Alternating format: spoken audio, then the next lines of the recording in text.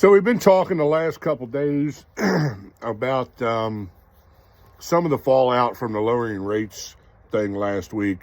When I made the statement that some clubs are asking bands to lower their rates because they're struggling to make money, that definitely hit a nerve, as it should, with bands and production companies alike, because production companies know if the band's got to take less money, the production companies typically is going to have to take less money.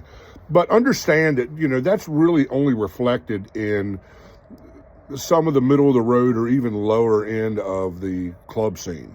You got some clubs that there's a couple different things going on here, guys. You got some clubs who, they're like 100 cap club, maybe 125, something like that, who are trying to book lower A bands, and lower A bands cost more than middle of the road B bands, which is really what should be playing that room.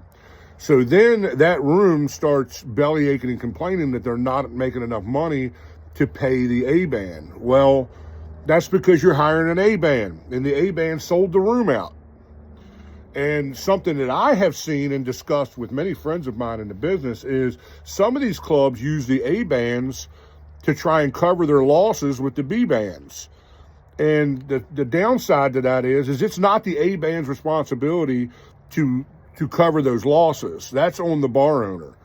If you can't afford the bands that you're booking in your club, then you need to go down the scale and find bands that do fit into the budget of what your club can afford.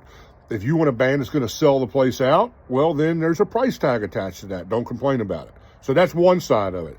The other side of it is we have a lot of B bands who think they're A bands, especially if they've been together for 10 years or more or something like that.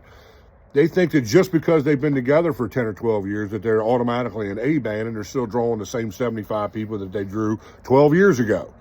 That doesn't make you an A band. I hate to bust your bubble on that. And those guys are demanding money that they rightfully don't deserve, We've all sat in clubs and seen some of these bands with the ego issues who think that they're all that in a bag of chips, and they can't even sing the freaking songs correctly. They can't play the arrangements correctly.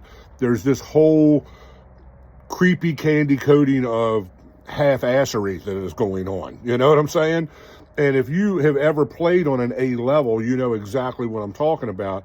And you're sitting there wondering like, okay, well, yeah, I can understand why the bar would want this band to take less money, because they're not worth the money that they're asking for, nor are they putting butts in seats to justify that price tag.